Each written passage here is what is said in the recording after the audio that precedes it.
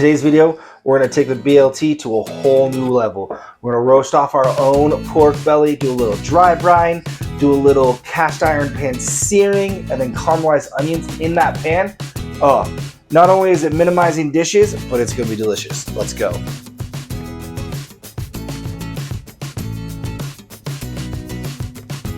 What's up, everybody? Welcome to Chronicles of Chef. I'm Scott Hamilton, and today we are going to do a pork belly. This video is another little inspiration from my brother asking me, hey, how do you cook this or how do we do that? We got a pork belly while he was in town, didn't get around to cooking it, and I said, Romesco sauce, pork belly, need to happen together in some way. Be sure to like, subscribe, do all those fun things, hit the bell so you get notifications from my videos, and make sure you let me know down in the comments if there's anything that you are wanting to cook, learn how to cook, see how I approach different ingredients or recipes or anything like that. Let me know in the comments and we'll get to those videos. I'd love to do that, super stoked. But without further ado, let's make a delicious pork belly so we can have a delicious BLT.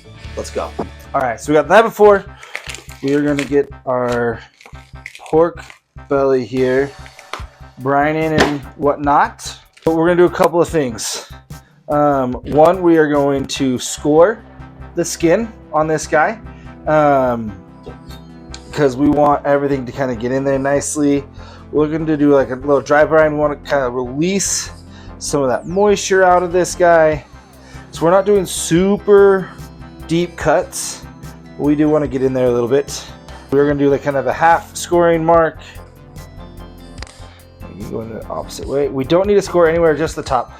The dry brine on this is going to help give us a really good crispy skin, as well as help with getting some seasoning and some flavors into this. There we go.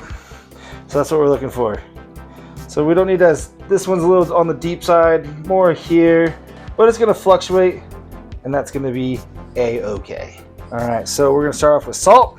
Again, we're gonna heavily salt both sides, all the sides, but more importantly, that skin in the top.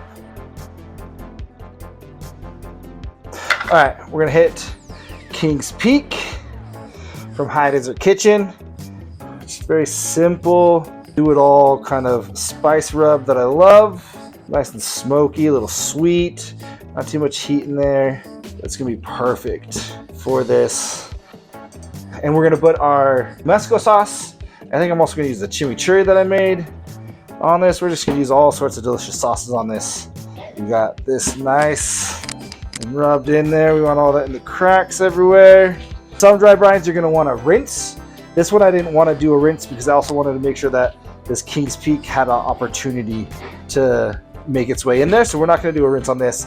And since we're not gonna do a rinse, we want a good dry skin, a good dry top. So we are not going to get the top of this wet.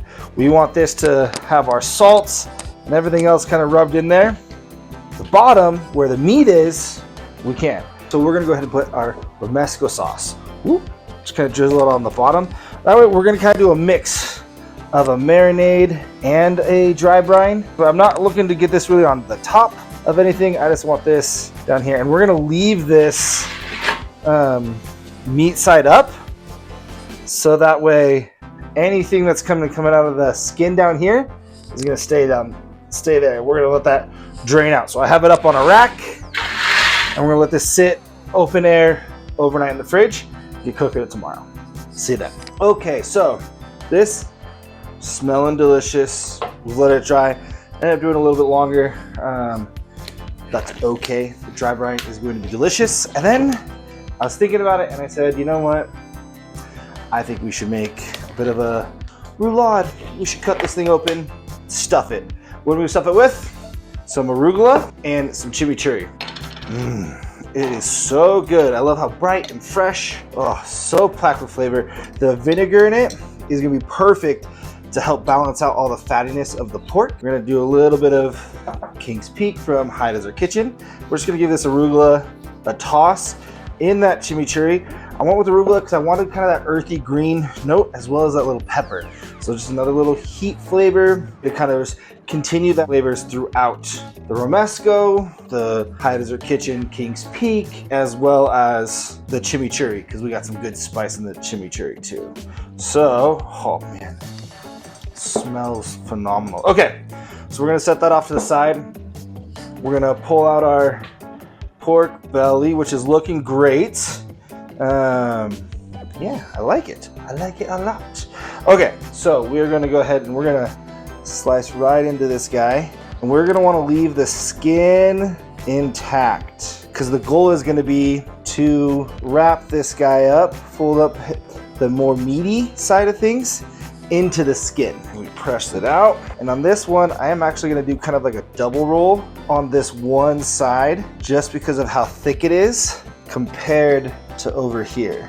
So one side of our roll is gonna have an extra little turn in it, and that's okay. We're just gonna kind of press this out. Now, if you wanted to, you could cover this in plastic, take a pan, really flatten this guy out. You'd wanna leave this guy a little bit more whole, but we're just gonna leave it just like that, which is perfect. And then we're just gonna go ahead, take our arugula deliciousness, spread it out throughout the whole thing here. Oh yeah, go, perfect. All right, now we're gonna tuck this guy in, kind of roll, and tuck in our arugula deliciousness. All right, there we go. All right, and now we got that all looking good. We are going to swap out the gloves here. We're gonna snag this butcher's twine. I didn't want to touch this whole thing with meaty hands. So I like to do like triple. And I'd rather have too much than too little. If you have one of the things that holds it, that's great. If you get those, they have like the rubber bands now that you can just like wrap it up. Dope, use them. I've used them a couple times. I just don't like that they're kind of more like a single use.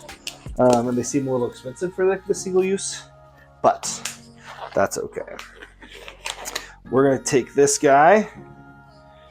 I'm gonna try to keep it on the table and not have it hit the floor. So what we're gonna do, we're gonna go ahead and go underneath here. And we're gonna go ahead and tie off right here. And this one I'm not crazy, I'm not stressed about it being too tight on my very first one, because I'll tighten the rest as we go. We're gonna go ahead and take this, and I'm gonna come over to the top. I'm gonna flip it over. I want the top, the skin side up there, I want that to be as open to everything as I possibly can. So we take our string, and I like to have it here, and then I grab with my pinky and I twist, and then I loop it through. And here it is. And now this is where, and I put this one real close to our start. Ooh, this is where I tighten it down. All right, there we go. Then again, we're gonna tighten it. We're gonna go across, and then I come down. Depending on the size, this is a little guy, and I don't want it to be super loose, and I want it nice and tight. So I'm gonna come probably about 1.5 inches between. Make a little lasso loop, slide it on down. That's tight. Now, if you're gonna go the other way, you have to twist the other way. All right. If you want to keep going down, you just gotta make sure that you do your twist the opposite way, so everything's still going the same way. When you have your little knots, your little swoops, so you don't have to go down the whole thing and overlap and overlap and overlap. Here we go. Now, some people would like extra, come all the way back through. Do a similar kind of tie on the top. I don't want to do that, but I will, just to kind of bring this to a good close. Pull this kind of through here, come over the top on this one, all the way through, and tie this off. All right, we got this going now. What we're gonna do is throw this back on that rack. I want to do kind of like a roasted onion situation. We're gonna leave these kind of bigger, and I want them of like a circles, leaving them whole, and we're just gonna set this in the pan as it's cooking. This is a smaller, thinner onion, so I'm just gonna do thirds, but we're gonna leave them just like that and let them kind of break down, and we'll break them up in the pan. All right, I'm gonna get cleaned up and let's get cooking. I was thinking about smoking this, and I thought that would be really, really delicious and fun. But then it's snowing outside and I don't feel like dealing with the smoker and all that fun in the snow. So we're gonna do it in the oven. We're still gonna use a cast iron pan. We are going to really want this bacon skin and fat and everything to render really, really well. So yes, we want a good hard sear. We want a nice crisp, crunchy skin. But in order to render all that fat successfully and not burn anything and still get us a good crispy skin, we have to render it slow at first. We got to give it a good start. So I just turned on the cast iron. We're gonna let everything warm up all together. I'm setting it to like a medium high heat so that we can have it render down, play nice. All that skin's gonna start to render, and then we'll flip it, and then the fat's gonna continue to cook down. We'll throw our onions in here, and then we're gonna throw it in the oven. Probably with this size, about an hour and a half, we're gonna see. And we're gonna do it at 325, kind of a lower temperature, and then we can crank it up to heat it up, or we can do a little pan searing to crisp it up. We can do all sorts of things. Oh, it's smelling so good. You hear it start to pop and everything. That's all good signs. Just gonna let this hang out. All right, we are getting some good searing across the board here. We're gonna have to get a little creative, making sure we get all the fat and all the different parts seared off. Yeah, we got some good breaking down. We'll go ahead and I'm gonna actually tuck them off to the side, throw in an onion here, throw an onion there, and you just toss this onion in here, see what happens. Now that we got this all ready to go, we're gonna throw this in the oven at 325, started preheated, we're good to go, and we'll check on it in about half hour, 45 minutes.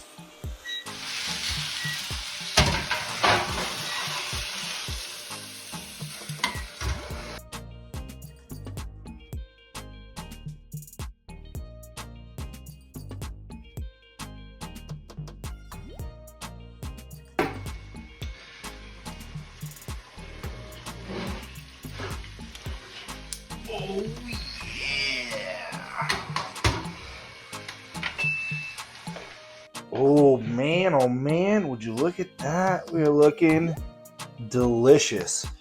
Smells good. The onions are looking beautiful. Might want to cook them down just a little bit more. Might throw this back in the oven while I slice tomatoes and all that kind of stuff. But we are going to let this guy just kind of hang out and cool on our rack like that before we slice into it. We got this looking good. So we're gonna go ahead and throw these back in the oven while it's still warm and just let them cook down just a little more and all that fat. While that's all taking its time and resting and all that kind of stuff, we're gonna slice a tomato and get the bottom off. I do like to use a serrated knife on my tomatoes. It helps with the skin. Otherwise, or you need a really, really good sharp knife. That's gonna help pierce that skin. But we're gonna go ahead and we're gonna slice them. I looked for a good ciabatta bun. I couldn't find any, but that's okay. We're gonna go with this torta bun instead. This is a similar vibe. It has a good texture. It'll have a good chew.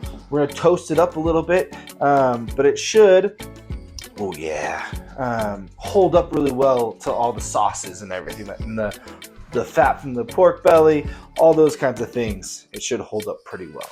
All right, so what we're gonna do, we're gonna move our onions over just a little bit. Instead of doing a butter or mayonnaise or anything like that, we're just gonna go ahead and dip our torta in all of that delicious fat, and then we'll give this a little toast. All right, now while that's toasting off, we're gonna go ahead and pull this guy. We're gonna go ahead and break our string here because we don't need it holding on anymore. All that done. There we go. Ho, ho, ho. The thing is, I always like to take all of my string off at the same time, because sometimes you forget about it, and then you go to slice it or eat it or whatever, then all of a sudden you have butcher twine that you're dealing with while you're eating. So I like to make sure I just handle it all at the same time. All right. All of our string is gone.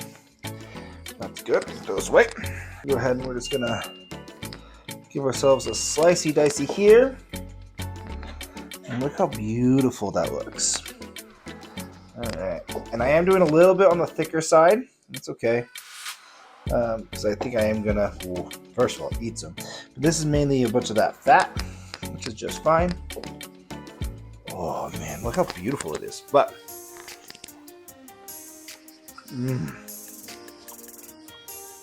oh man, that's so good. The salt brine on it, your dry brine, phenomenal.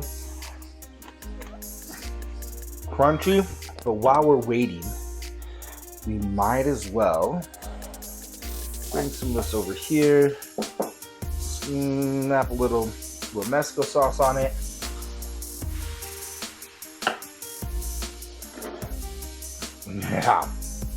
Yeah, this is gonna be fire. Woo, yeah. Our onions are looking absolutely beautiful and phenomenal. I love that the rings are saying, I don't care if it holds in that shape. I just want those long little loops. But we're gonna go ahead and we'll throw our pork belly roulades in here and throw these back in the oven to keep on cooking up those guys. Because really, let's be real here, we're just making a phenomenal BLT. I think this is looking good. Our bread is nice and crunchy. I think it's gonna be perfect. Keep this near so that I don't accidentally grab that pan, because I will. So let's build a little sandwich, a little Sammy. We're gonna hit this with some Romesco. Oh yeah, side with Romesco. Do a little pile of onions here. Oh man, these are looking absolutely phenomenal. I am so excited for those onions. Now, we got our pork belly down here. Go. And on there, just to kind of help counteract all that fat and everything, we're just gonna do a little fresh chimichurri all over this a little bit too. Then a couple of tomatoes. And I'm not the biggest tomato fan, but to make tomatoes good, we're gonna hit with a little salt. And of course, some fresh cracked pepper on those tomatoes. See if we can find a better way for them to fit. There we go. And then of course, our lettuce. There's that. There is our out of this world BLT with some just delicious pork belly, Romesco. Oh, I'm so excited. We're gonna go ahead and slice this guy right down the middle. And oh, look at that. So delicious, dripping everywhere. Love that.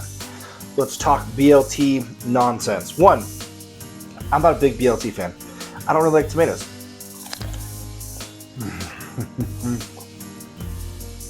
For this deliciousness, I can get behind. This is so delicious. The Romesco sauce is a perfect little heat note. The nuttiness of the almonds plays super well with the sweetness of the pork belly. That dry brine was a win.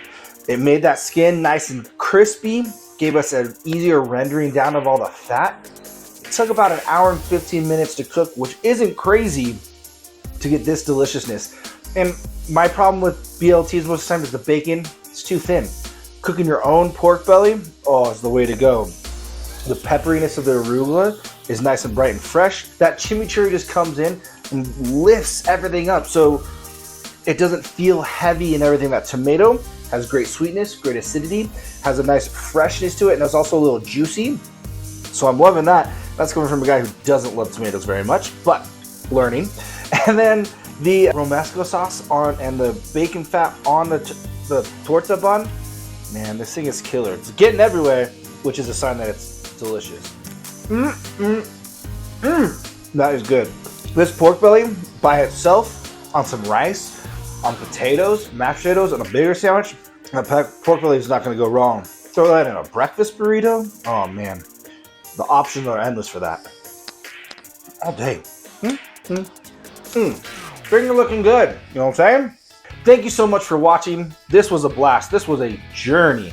I came into this looking for just a delicious pork belly to eat with that Romesco because that's the heat and that brightness. It was going to be perfect to go against all the fattiness and the sweetness of the pork belly. And then it turned into this, a BLT that was needed on a cold winter day. Man, summertime is like the time for BLTs, but this is a winner. Let me know down in the comments what you think of the Romesco sauce and what other things that you'd like to see it put on. What other things that you're going to put on it yourself. I don't know. And if there's a chimichurri recipe that you like or you want to see mine, want to make that into more in depth and everything, let me know down in the comments. Like, subscribe, do all those fun things, and we'll see you next time.